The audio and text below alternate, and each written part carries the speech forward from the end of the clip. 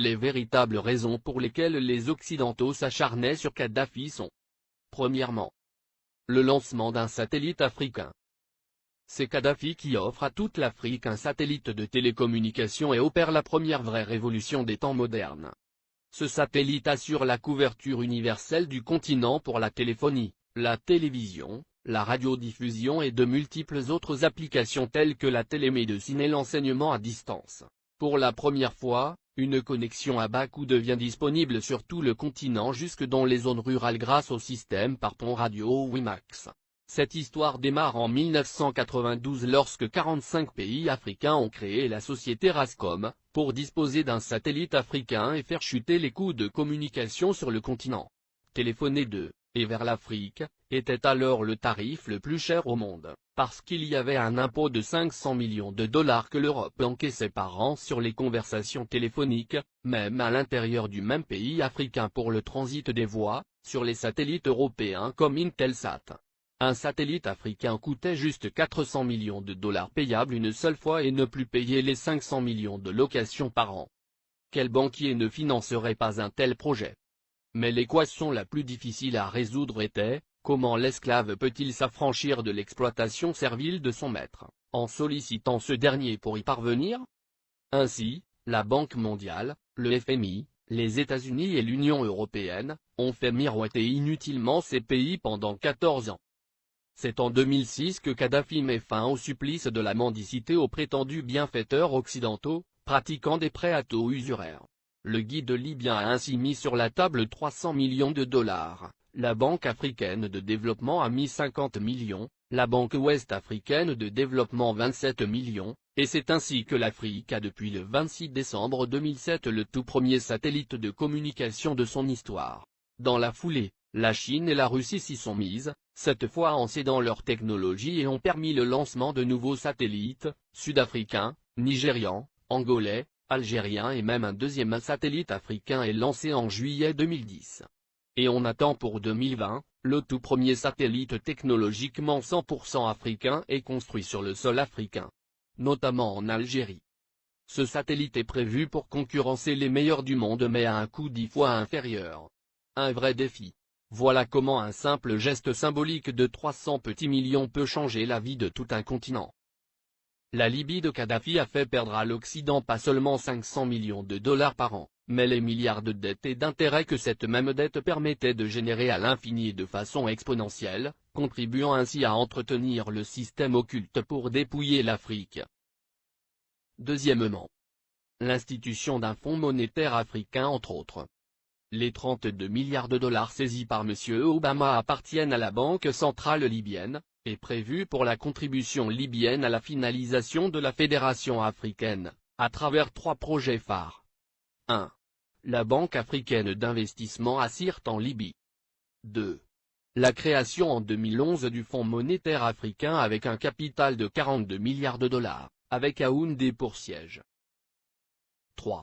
La Banque centrale africaine avec le siège à Abuja au Nigeria. La première émission de la monnaie africaine signera la fin du franc CFA, grâce auquel Paris a les mains mises sur certains pays africains depuis 50 ans. On comprend dès lors et encore une fois la rage de Paris contre Kadhafi. Le Fonds monétaire africain doit remplacer en tout et pour tout, les activités sur le sol africain du Fonds monétaire international, FMI, qui avec seulement 25 milliards de dollars de capital a pu mettre à genoux tout un continent avec des privatisations discutables, comme obliger les pays africains à passer d'un monopole public vers un monopole privé.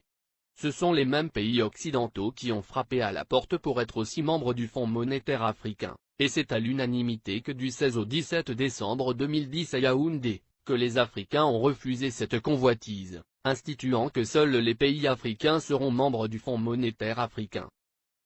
Il est donc évident qu'après la Libye, la coalition occidentale déclarera sa prochaine guerre à l'Algérie, car en plus de ressources énergétiques énormes, ce pays dispose d'une réserve monétaire de 150 milliards d'euros. Ce qui devient la convoitise de tous les pays qui bombardent la Libye et qui ont tous quelque chose en commun, ils sont tous financièrement quasiment en faillite. Les États-Unis à eux seuls ont 14 000 milliards de dollars de dette, la France, la Grande-Bretagne et l'Italie ont chacun environ 2 000 milliards d'euros de dette publique. alors que les 46 pays d'Afrique noire ont au total moins de 400 milliards de dollars de dette publique. Créer des fausses guerres en Afrique dans l'espoir de trouver de l'oxygène pour continuer leur apnée économique, qui ne fait que s'empirer, ne fera qu'enfoncer les Occidentaux dans leur déclin qui a débuté en 1884 lors de la conférence de Berlin. Car comme l'avait prédit l'économiste américain, Adam Smith en 1865, dans son soutien à Abraham Lincoln pour l'abolition de l'esclavage, l'économie de tout pays qui pratique l'esclavage des Noirs est en train d'amorcer une descente vers l'enfer qui sera rude le jour où les autres nations vont se réveiller. Pour empêcher Mouammar Kadhafi de concrétiser le rêve de millions d'Africains dès 2014, il fallait donc l'éliminer avant, ou perdre le contrôle total de l'Afrique. Voici toute la raison qui guida la France, les États-Unis, la Grande-Bretagne et leurs alliés dans leur campagne contre Kadhafi. Monnaie, Fonds monétaire africain, Banque centrale africaine, télécommunications, transport, États-Unis d'Afrique. Mouammar Kadhafi avait ingénieusement tout planifié, se fixant comme délai l'année 2014 pour la création de la Banque centrale, le Fonds monétaire et bien d'autres encore pour affranchir le continent noir, après un demi-siècle d'indépendance aux allures de paroles suivies d'aucun acte ou de gouverner sans régner. Après avoir émis l'idée en 2000, lors du sommet de l'Organisation de l'Unité africaine, il a obtenu la création de l'Union africaine quelques années plus tard. Le guide libyen pousse le bouchon plus loin. Satellite africain et Afriquia, deux idées concrètes pour l'unité. Mouammar Kadhafi pousse ses pairs à acheter un satellite africain pour que l'Afrique ait son indépendance en matière de communication. Il préfinance cet achat avec plusieurs centaines de millions de dollars américains. Il s'est dépensé sans compter. Ainsi, pour acheter le satellite africain, il a mis 300 millions de dollars sur la table, témoigne Moustapha Cissé, ancien ambassadeur du Sénégal en Libye, et ex-conseiller spécial de l'ex-président sénégalais Abdou Diouf, en charge du monde arabo-islamique. Le guide de la Jamaïria libyenne offrit ainsi Rascomcaf 1, le premier satellite de télécommunication entièrement dédié au continent africain et ses îles. Il a été mis en orbite le 20 décembre 2007. Cela a été le premier lancement de l'histoire pour tous les pays africains. Kadhafi lance également la compagnie de transport aérien, Afriquia Airways, qui assure la liaison entre les capitales africaines et régions du continent. La compagnie offrait 4 vols réguliers entre Tripoli et Dakar, Abidjan et Le Caire, et bien d'autres. Beaucoup de gens utilisaient la ligne Afriquia pour aller à Paris. Parce qu'on pouvait faire Dakar, Tripoli, Paris, et retour à 400 000 francs CFA, 615 €, ajoute le diplomate sénégalais. Alors Tripoli était devenue une plateforme de communication entre l'Afrique, le monde arabe et l'Europe. La monnaie et la Banque centrale africaine en 2014. Kadhafi avait proposé la mise en place d'une union monétaire africaine, UEMA. Il avait dégagé 30 milliards de dollars pour la création de l'UEMA qui devrait avoir Yaoundé au Cameroun pour siège.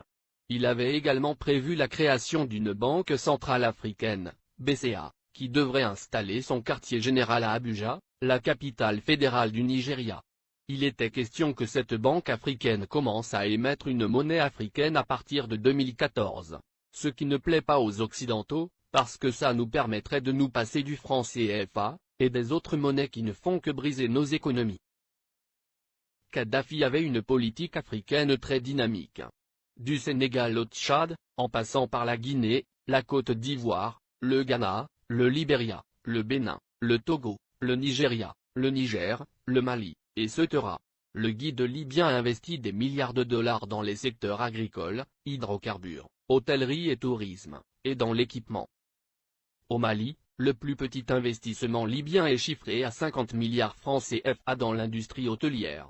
Ces investissements libyens dans l'hôtellerie sont estimés à plus de 50 milliards de francs CFA, a déclaré Oumar Bala Touré, directeur général de l'Office malien du tourisme. Plusieurs autres centaines de milliards ont été investis dans le secteur agricole.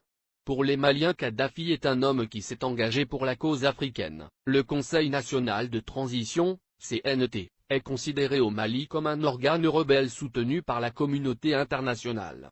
Dès le début de la révolte à Benghazi, et l'entrée de l'aviation étrangère, des associations musulmanes et des partis politiques avaient organisé à Bamako des manifestations de soutien à Kadhafi, dénonçant une invasion occidentale. Le guide libyen a, par ailleurs, dégagé plusieurs milliards de dollars pour la création de banques sahélo-sahariennes au Sénégal, Mali, Niger, Mauritanie, Tchad, et Ceuta, et le rachat de plusieurs compagnies occidentales en Afrique pour réduire leur emprise sur les économies du continent. C'est par exemple le cas de Mobil Oil, du groupe américain, ExxonMobil, qui est devenu Oil Libya dans la majeure partie de la sous-région ouest africaine. La Guinée-Conakry doit sa toute première chaîne de télévision à Mouammar Kadhafi. Il le lui a offert au nom du peuple libyen comme présent au peuple frère de la Guinée en 1979.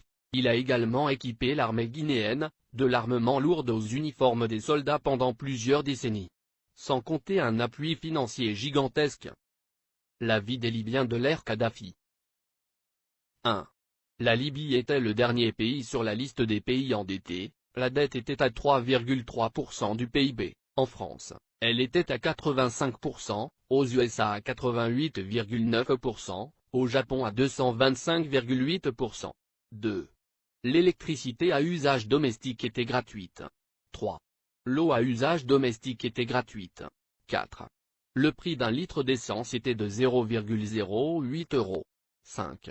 Les banques libyennes accordaient des prêts sans intérêt. 6. Les citoyens n'avaient pas d'impôts à payer, et la TVA n'existait pas. 7. Chaque famille libyenne, sur présentation du livret de famille, recevait une aide de 300 € par mois. 8. Pour chaque étudiant voulant faire ses études à l'étranger, le gouvernement de Kadhafi attribuait une bourse de 1627 € par mois. L'ONU, la France et les USA ont bombardé la Libye pour défendre leurs intérêts, objectif principal, détruire la création des États-Unis d'Afrique.